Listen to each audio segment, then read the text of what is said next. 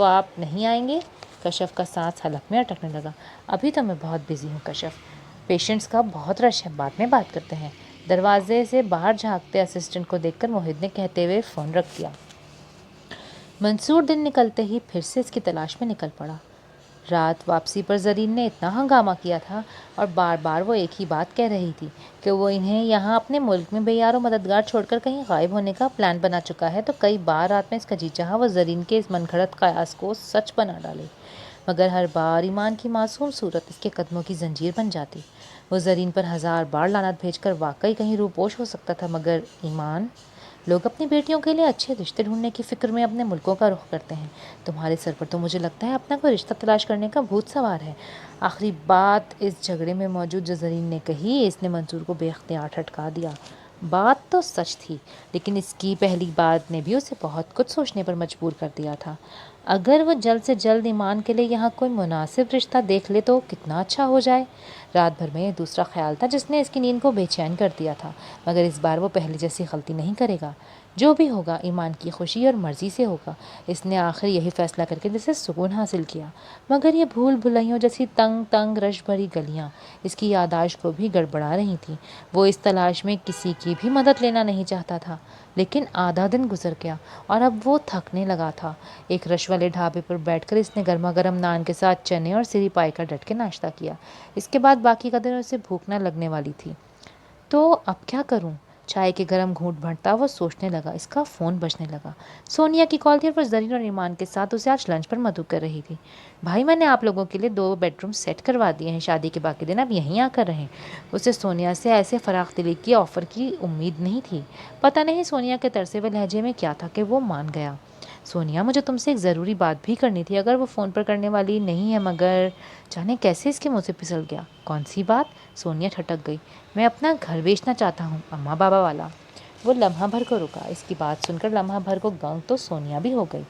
وہ گھر تو بھائی، وہ مزید بولتے بولتے رک گئی۔ پھر زینب اور کشف کہاں جائیں گے؟ اس کا دل پریشان ہو گیا۔ ظاہر ہے اس میں تمہارا اور زینب کا بھی حصہ ہے، تو وہ میں تم دونوں کو دے دوں گا۔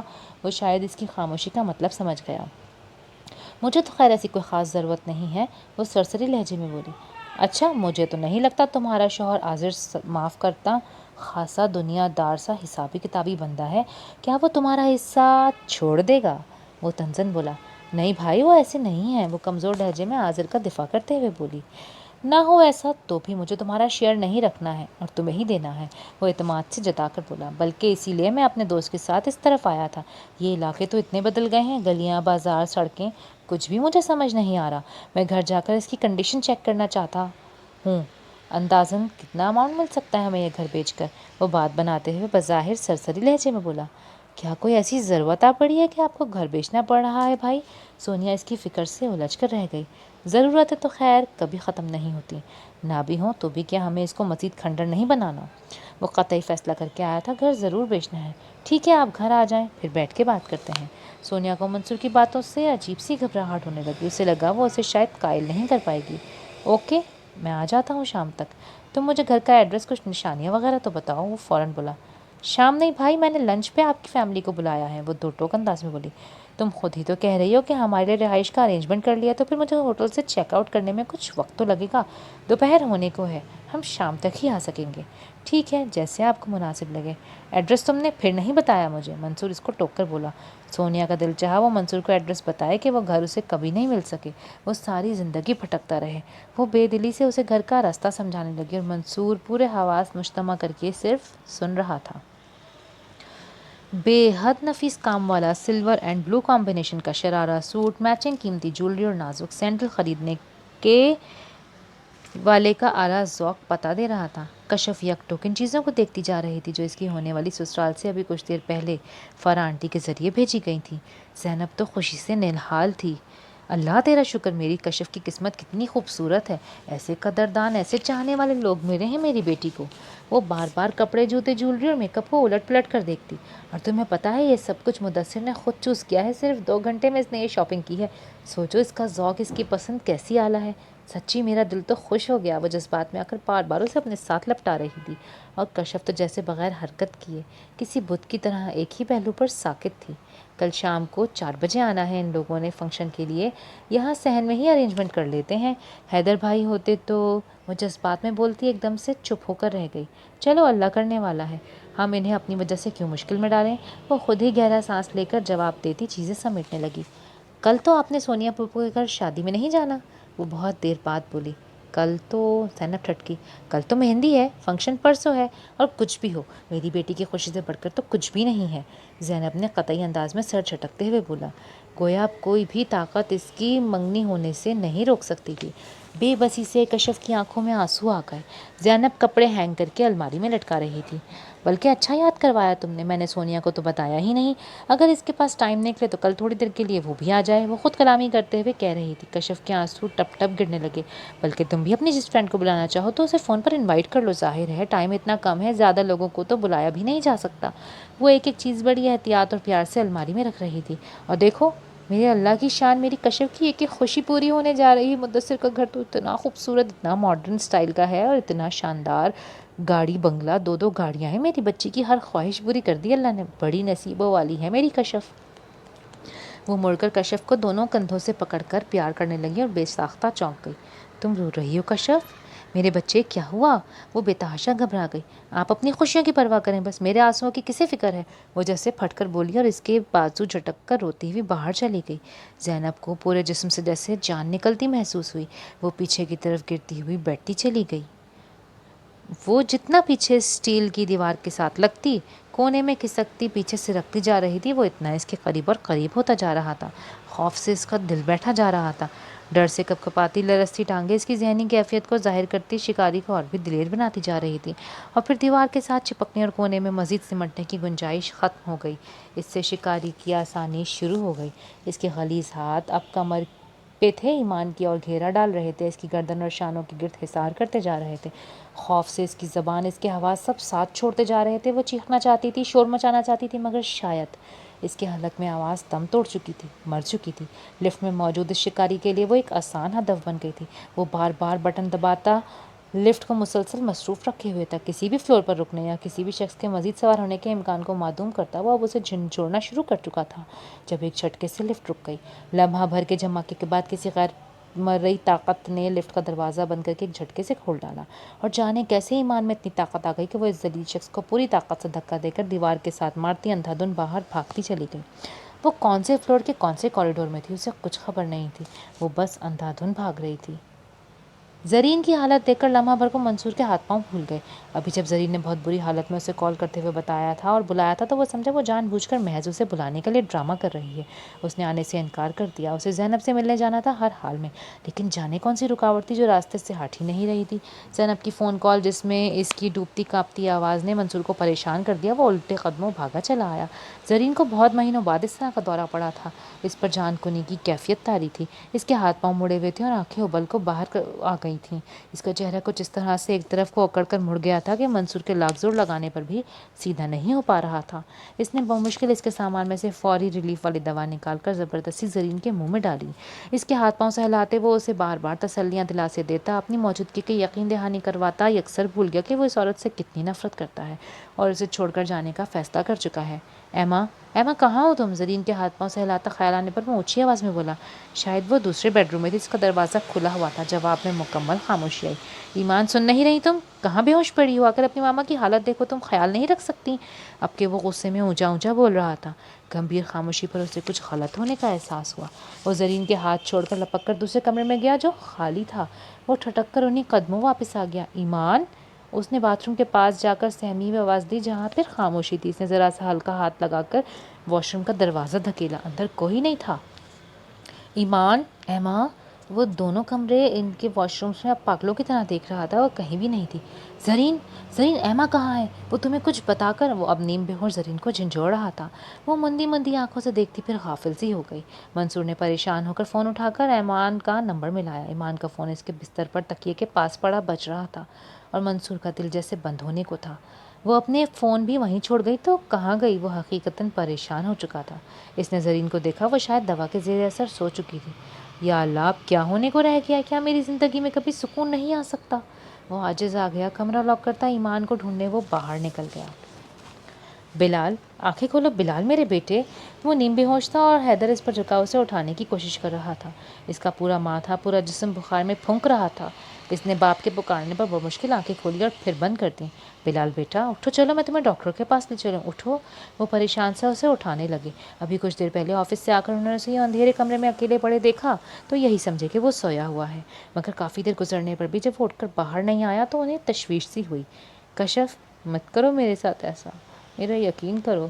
موہد نہیں، وہ بہت بھاری آواز میں بولنے کی کوشش کر رہا تھا اور بلال کے جوتے سیدھے کرتے حیدر کے ہاتھ رک گئے۔ تو یہ معاملہ ہے جو یہ کل رات سے کمرے میں بند ہے، آفس بھی نہیں گیا اور اب یہ شدید بخار۔ حیدر کا دل الجھ گیا۔ وہ طرز بھری سرخ آنکھوں سے اپنے جوان کڑیل بیٹے کی بے بسی کو دیکھنے لگے کہ ان کے ہاتھ میں بیٹے کا مقدر سنوارنے کا ذرا بھی اختیار نہیں تھا۔ دونوں کی قسمت کو بگاڑنے میں ایک ہی عورت کا ہاتھ تھا اور یہ بھی ستم تھا کہ وہ دونوں اس کو مورد الزام بھی نہیں ٹھہرا سکتے تھے۔ سمینہ، میرے ساتھ تو تم نے جو کیا سو کیا، اپنے بیٹے پر تو رحم کھا لیتی۔ وہ آنکھیں صاف کرتا اب بلال کو اٹھانے کی کوشش کر رہا تھا اور جن دقتوں سے وہ اسے سہارا دیتے گاڑی تک لائے وہ ہی جانتے تھے۔ پیسنجر سیٹ پر وہ پھر سے بے ہوش ہو چکا تھا۔ ردا کی سہیلیاں اور رمشا کی دوستوں نے مہندی میں ڈھولک کا خاص انتظام کیا تھا۔ اس کی ریہرسل کے لیے وہ سب رمشا کے کمرے میں جمع تھیں اور سب زبردستی کھینچ کھانچ کر ردا کو بھی باہر لے آئی تھیں۔ ردا کی جان ابھی بھی سولی پہ اٹکی تھی۔ سلیمان اس سے بات نہیں کر رہا تھا۔ اس کے میسج کے جواب میں فقط یہی لکھا کہ جو اللہ کو منظور ہوگا وہی ہوگا۔ وہ اس فکرے سے کیا سمجھتی؟ پریشان تو سونیا بھی بہت تھی، مگر اب جو وقت گزرتا جا رہا تھا اس کے دل کو ذرا ٹھارس سی بنتی جا رہی تھی کہ شاید سلیمان جو کچھ کرنے کا ارادہ رکھتا بھی تھا تو اب بدل چکا ہے۔ وہ 2-3 بار ردا کو تسلی دے چکی تھی۔ میری جان، اب تم بالکل بھی نہیں سوچنا، مجھے پورا یقین ہے سلیمان اب تمہارے ساتھ کچھ برا نہیں کر سکتا۔ وہ اسے دیکھتی رہ گئی۔ ماما، میرے دل میں کوئی خوش فہمی نہیں۔ توبہ ردا، کیسی اور فل باتیں کر رہی ہو؟ نکاح ہوا ہے، کوئی مذاق نہیں۔ سونیا دہل گئی اور کچھ اور بھی سنجیدہ ہو گئی۔ مذاق تو شاید قسمت نے میرے ساتھ کیا ہے۔ اس نے اپنے شفاف ہاتھوں کو خالی خالی نظروں سے دیکھا۔ پتہ نہیں ان کو مہندی کے پھول بوٹے کب نصیب ہوتے ہیں، ہوتے بھی ہیں یا نہیں۔ بس دل میں وہ سوچ کے رہ گئی۔ سونیا اسے نظر بھر کے دیکھ بھی نہیں پا رہی تھی۔ میرے اللہ، میرے مقدر کی بچی خوشیاں بھی میری ردا کے نصیب میں لکھ دے۔ اس کے حسرت بھرے دل نے دعا کی۔ اللہ ماؤں کی سنتا ہے۔ ماما میرے لیے دعا کریں، سلیمان مجھے رد نہ کریں۔ پتہ نہیں ردا کو کیا ہوا، ایک دم سے رو پڑی اور سونیا بس بے بسی سے اسے دیکھ کر رہ گئی۔ جس دن سے یہ سب کچھ ہو رہا ہے میں تو کوئی اور دعا ہی کرنا بھول گئی ہوں۔ اس کا دل گھرلایا۔ بیٹیاں بھی کیا چیز ہوتی ہیں؟ ماں باپ ان کے اچھے نصیبوں کی دعائیں کرتے نہیں تھکتے۔ نصیب اچھے ہو جائیں تو کچھ انہونی ہونے سے ڈرتے رہتے ہیں۔ ردا کو ساتھ لگا کر وہ تھپکنے لگی۔ تسلیاں تو اب خود کو بھی دیتے دیتے تھک گئی تھی، ردا کو کیا دیتی؟ کیا تھا اگر عاذر اس کی بات مان کر کشف سے معافی مانگ لیتا تو شاید لکھنے والا جو اس کی ردا کے نصیب میں شاید کچھ برا لکھ بھی رہا ہوتا اپنا قلم رکھ دیتا۔ اس کے دل نے آہ بھری۔ طاہرہ بیگم منصور سے مل کر کچھ یوں مسرور مغرور ہوئی کہ اس کینیڈا پلٹ بھائی کو بھی پتہ چلے گا اس کی بہن کس ٹھاٹ سے ضمیر گھر میں راج کر رہی ہے۔ اپنے بھائی اور اس کی فیملی کو یہیں بلاؤ، یہیں رکھو شادی تک۔ اب کوئی کنگال یا گزرے لوگ ہیں جو لڑکی کا ماموں جو خاص بھانجی کی شادی میں شامل ہونے آیا ہے بیوی بیٹی کے ساتھ ہوٹلوں میں رولے؟ انہوں نے اپنی مغرورانہ گردن کچھ اور بھی اکڑا کر غرور سے حکم جاری کیا تھا جو عاذر کو بھی کچھ خاص پسند نہیں آیا تھا۔ جس طرح کے حالات سے گزر کر ردا کی شادی یہاں تک پہنچی تھی، اگر خدا نخواستہ کچھ ایسا ویسا ہو جاتا تو بجائے شان بڑھنے کے عزت کے لالے پڑ جاتے۔ یوں بھی کشف کے باپ کے حوالے سے عاذر کے دل میں میر منصور کے لیے کچھ اتنے اچھے جذبات نہیں تھے۔ کچھ ایسے ہی وسوسے سونیا کے دل میں تھے، اگر منصور یہاں آ گیا تو آگے بہت سارے خدشے، وسوسے، گمان تھے جن کو وہ سوچنا بھی نہیں چاہ رہی تھی، لیکن وہی طاہرہ بیگم کا حکم اور اپنے سامنے انہیں منصور کو کال کروا کر ہی چین ملا تھا۔ اب اگر یہ سلیمان کے خراب مزاج والا معاملہ بیچ میں نہ لٹکا ہوتا تو شاید سونیا کو ساس کے اس فیصلے سے واقعی خوشی ہوتی۔ اب تو محض ایک پریشانی لگ رہا تھا یہ فیصلہ۔ وہ بے دلی سے ان کے کمرے کو سیٹ کرواتی، رات کا کھانا تیار کرواتی رہی، بار بار سلیمان کی طرف دماغ چلا جاتا۔ اس کا جی چاہ رہا تھا وہ خود سلیمان سے کھل کر بات کرے، لیکن اگر بات بگڑ گئی، بس یہی سوچ کر اسے روکے ہوئے تھا۔ وہ چاہتے ہوئے بھی ردا کی پریشانی رد نہیں کر پا رہی تھی۔ ڈھولک پر بجتے گیت اور ان پر ڈانس ریہرسل کرتی ردا کی سہیلیاں بظاہر بے حد خوشی کا موقع تھا، مگر ردا سر جھکائے گمسم بیٹھی تھی، جبکہ رمشا نے اس کا بجتا فون لا کر اسے تھما دیا، کان میں سرگوشی کی۔ ردا کچھ بوکھلا کر فون مٹھی میں دبا کر چپکے سے باہر نکل گئی اور سونیا جلے پیر کی بلی کی طرح اس کے پیچھے گئی تھی۔ مجھے یہ منگنی نہیں کرنی نانو، وہ صالحہ بیگم کے سامنے آ کر پھٹ پڑی اور اپنے کپڑے طے کرتی صالحہ ناسمجھی سے اسے دیکھنے لگی۔ آپ آنی سے کہہ دیں مجھے ابھی منگنی شادی کچھ نہیں کرنا۔ وہ صالحہ کی خاموشی پر پھر زور دے کر اونچا اونچا بولنے لگی۔ صالحہ گہری سانس لے کر رہ گئی۔ میرے پاس آ کے بیٹھو۔ وہ تحمل سے اس کے پاس بیٹھتے ہوئے اس کو اپنے پاس بٹھاتے ہوئے بولی، پلیز نانو، مجھے کوئی نصیحت نہیں کرنی آپ نے۔ وہ چڑے ہوئے لہجے میں سلکی تھی۔ صالحہ اسے غور سے دیکھنے لگی۔ کوئی اور پسند ہے تو مجھے بتا دو، میں تمہاری ماں کو سمجھا لوں گی۔ کشف جیسے کرنٹ کھا کے پلٹی۔ نہیں، ہرگز نہیں۔ اس نے پوری شدت سے انکار میں سر ہلا دیا، اور صالحہ اس کے ہاتھ اپنے ہاتھوں میں لیتے ہوئے بے اختیار چونکی تھی۔ وہ کشف کی انگلی میں پڑی اس ڈائمنڈ کی انگوٹھی کو تھامے ہوئے تھی، جن پر شہد رنگ انار کے دانے کے برابر قیمتی نگ جگمگ کرتا اپنی قیمت کا اعلان کر رہا تھا۔ یہ انگوٹھی؟ وہ بغور دیکھے جا رہی تھی انگوٹھی کو۔ آرٹیفیشل ہے، میری دوست نے دی ہے۔ کشف نے زور سے اپنا ہاتھ کھینچا، مگر ہاتھ کو چھپا کر مٹھی میں بھینچ لیا۔ اس کی بے اختیار حرکت نے صالحہ کو چونکا دیا۔ وہ کچھ دیر خاموش سی رہ گئی۔ آپ آنی سے کہہ دیں، ان لوگوں کو فون کر کے کہہ دیں، میں کل انگیجمنٹ نہیں کروں گی، مت آئیں۔ وہ عجیب وحشت بھرے لہجے میں کہہ رہی تھی۔ ٹھیک ہے، میں کہہ دیتی ہوں، زینب منع کر دے گی ان لوگوں کو۔ پھر تم اس کو بلا لو جس نے تمہیں یہ رنگ پہنائی ہے، صالحہ نے نئی تسلی کے ساتھ کہا کہ کشف ساکت رہ گئی، اور دروازے میں کھڑی زینب کو جیسے کسی نے زمین میں گاڑ دیا۔ کون ہے وہ؟ صالحہ نے کشف کے چہرے پر نرمی سے پوچھا۔ نانو، اس کے لب ہلے۔ کون ہے وہ؟ بولو، بتاؤ مجھے، یہ کیا چکر چلایا ہے تم نے؟ کس کے ساتھ میری ناک کے نیچے میری آنکھوں میں دھول جھونک کر تم یہ کھیل کھیل رہی ہو؟ زینب تو جیسے غصے سے پاگل ہو گئی۔ اس نے کشف کی مٹھی کھولنے کی کوشش میں اس کا ہاتھ زخمی کر دیا۔ آنی چھوڑے مجھے، یہ میری دوست نے دی ہے، آرٹیفیشل رنگ ہے۔ کشف ہاتھ پیچھے کھینچتی پوری زور لگاتی چلائی تھی۔ تو دکھاؤ مجھے، سیدھا کرو اپنا ہاتھ، اگر دل میں کوئی چور نہیں ہے تو۔ زینب ہسٹیریائی انداز میں چلائی۔ نہیں ہے کوئی چور میرے دل میں، یہ میری فرینڈ نے دی ہے، مجھے دیکھ لیں، تسلی کر لیں۔ وہ غصے سے بھڑک کر ہاتھ آگے کرتے ہوئے اس کی آنکھوں کے سامنے لائی۔ زینب پتھرائی نظروں سے انگوٹھی دیکھتی جا رہی تھی۔ دوسرے لمحے اس نے کشف کے منہ پر ایک زوردار تمانچہ مارا۔ کشف ساکت رہ گئی۔ تم میرا پیچھا کیوں نہیں چھوڑ دیتے؟ وہ پورا زور لگا کر چیخی تھی، اور پیچھے آتی سونیا ڈر سی گئی۔ اس نے ایک دم سے فون اس کے ہاتھ سے جھپٹ لیا۔ جب تک تم میری بات نہیں مانو گی میں تمہارا پیچھا نہیں چھوڑوں گا۔ شادی تو تم مجھ سے کرنا ہی پڑے گی۔ دوسری طرف فرحان تھا۔ لگتا ہے تمہارا کوئی باپ ہے نا، تم کسی خاندان سے تعلق رکھتے ہو۔ تم نے جتنا میرے صبر کا امتحان لینا تھا لے چکے، اب ہم تمہیں تمہارے اصل تک پہنچا کر دم رہیں گے۔ اپنی ماں کا دودھ پیا ہے تو کہیں بھاگنے کی کوشش مت کرنا، ذلیل گھٹیا انسان۔ سونیا زور زور سے چیخ رہی تھی۔ جب گھر کے اندر داخل ہوتا عاصر اس کی چیخیں سنتا بھاگتا ہوا ادھر آ گیا۔ کیا ہوا؟ کون ہے؟ کس پر چلا رہی ہو؟ عاصر، اپنے باپ ہونے کا حق ادا کریں۔ اب رضا کے ساتھ کچھ بھی ہوا تو اس فرحان کو پھانسی کے پھندے پر آپ نے نہیں لٹکایا تو میری قبر کھودنے کے لیے تیار ہیں۔ میں اب اس مردود کو زندہ نہیں دیکھنا چاہتی۔ اس کو پولیس کے حوالے کریں فوراً۔ سونیا جیسے پاگل ہو رہی تھی، اور رضا ستون کے پیچھے کھڑی منہ پر ہاتھ رکھ کے تھر تھر کانپے جا رہی تھی۔ عاصر سونیا کو دونوں بازوؤں میں سنبھالتا فون کانوں سے لگائے سننے کی کوشش کر رہا تھا، لیکن دوسری طرف سے لائن کٹ چکی تھی۔ وہ سونیا کو صوفے پر بٹھا کر خود فون کا نمبر چیک کرنے لگا جہاں سے کال آئی تھی۔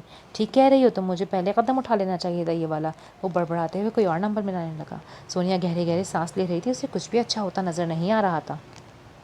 ایمان کہیں نہیں تھی، وہ ہوٹل کی انتظامیہ سے بھی معلوم کر چکا تھا۔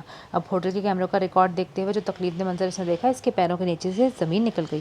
وہ یہاں آ کر غافل ہو گیا تھا کہ بیوی اور جوان بیٹی کو اکیلے ہوٹل میں چھوڑ کر جا رہا ہے، اور یہ پاکستان ہے، اکیلی عورت کے لیے یورپ امریکہ سے کسی بھی طرح سے مختلف نہیں۔ وہ لفٹ سے نکل کر جس طرح اندھا دھند باہر کی طرف بھاگی تھی، اور بھاگ کر کہاں گئی تھی، جبکہ وہ یہاں کے راستوں سے بھی واقف نہیں تھی۔ وہ سچ میں بہت پریشان ہو گیا تھا۔ موہت سے رابطہ کرنے کے سوا اس کے پاس کوئی راستہ نہیں تھا۔ اس نے بے مروتی کی انتہا کرتے ہوئے آنے سے صاف انکار کر دیا۔ ہوٹل انتظامیہ سخت شرمندہ تھی، معذرت کر رہی تھی، مدد کرنے کا وعدہ کر رہی تھی، مگر اس کا دل جیسے اب کسی وعدے پر یقین نہیں کر رہا تھا۔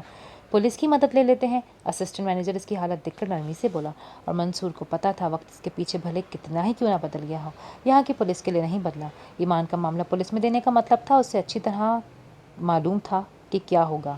وہ ابھی اپنے طور پر ایمان کو ڈھونڈنے کی کوشش کرنا چاہ رہا تھا، مگر اس کوشش کی ابتدا کہاں سے کرے، اس کی کچھ سمجھ نہیں آ رہا تھا۔ ایک بات میری یاد رکھیں مینیجر صاحب، اگر میری بیٹی کو کچھ ہوا نا، وہ نہیں ملی، تو نتائج کا ذمہ دار آپ خود ہوں گے۔ وہ طیش میں تھا لیکن پھر ضبط کرنے پر مجبور ہو گیا۔ سر، آپ یقین کریں وہ شخص ہمارے ہوٹل یا اس سے کوئی تعلق نہیں رکھتا تھا۔ مینیجر گھبرایا۔ ہو یا نہیں، آپ کو وہ سب کچھ ثابت کرنا ہوگا۔ وہ اس کی پوری بات سنے بغیر غصے سے باہر نکل گیا۔ باہر وہی رش بھرے راستے، بھاگتی دوڑتی ٹریفک، لوگوں کا ازدحام، وہ کہاں اسے تلاش کرے؟ وہ کیوں اتنا خود غرض، اتنا لاپرواہ ہو گیا تھا؟ اپنی بیٹی سے وہ کیسے اتنا غافل ہو گیا، جبکہ وہ ابھی تک کسی سیریس کنڈیشن سے موت کے منہ سے نکلی تھی؟ اس کو ابھی بھی پتہ تھا، پھر بھی وہ بھول گیا۔ اسے خود پر بے تحاشا غصہ آ رہا تھا۔ اگر وہ کہیں اور نکل گیا ایمان کی تلاش کرنے تو پیچھے زرین اکیلی ہے۔ اس کی جو حالت ہے، اگر وہ بھی کمرے سے باہر نکل آئی، یا کمرے میں ہی اس نے کچھ وہ لرز کر رہ گیا۔ نہیں نہیں، مجھے بھی مزید رسک نہیں لینا، ایما کی تلاش کے لیے مجھے پولیس کی مدد لینی ہی پڑے گی۔ وہ فیصلہ کرتے ہوئے مڑا، اور سامنے سے آتے موہت کو دیکھ کر وہ وہیں ٹھٹک گیا۔ تو اس لیے آپ ان دونوں کو یہاں لے کر آئے تھے؟